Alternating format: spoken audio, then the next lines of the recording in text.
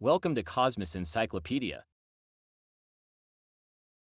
Embedded within the fabric of the cosmos lies a faint whisper from the dawn of time itself, the cosmic microwave background radiation. This pervasive glow, originating from the hot, dense conditions of the early universe, serves as a relic of the Big Bang, the primordial explosion that birthed the universe nearly 13.8 billion years ago. The cosmic microwave background radiation permeates the universe in all directions, stretching across the vast expanse of space as a faint, uniform glow. Discovered in 1965 by Arno Penzias and Robert Wilson, this radiation provides astronomers with invaluable insights into the universe's infancy and evolution. Through precise measurements of its temperature fluctuations and polarization patterns, scientists have gleaned vital information about the composition, age, and geometry of the cosmos. The cosmic microwave background radiation stands as a testament to the enduring legacy of the Big Bang, offering a window into the universe's earliest moments and guiding our quest to unravel the mysteries of the cosmos.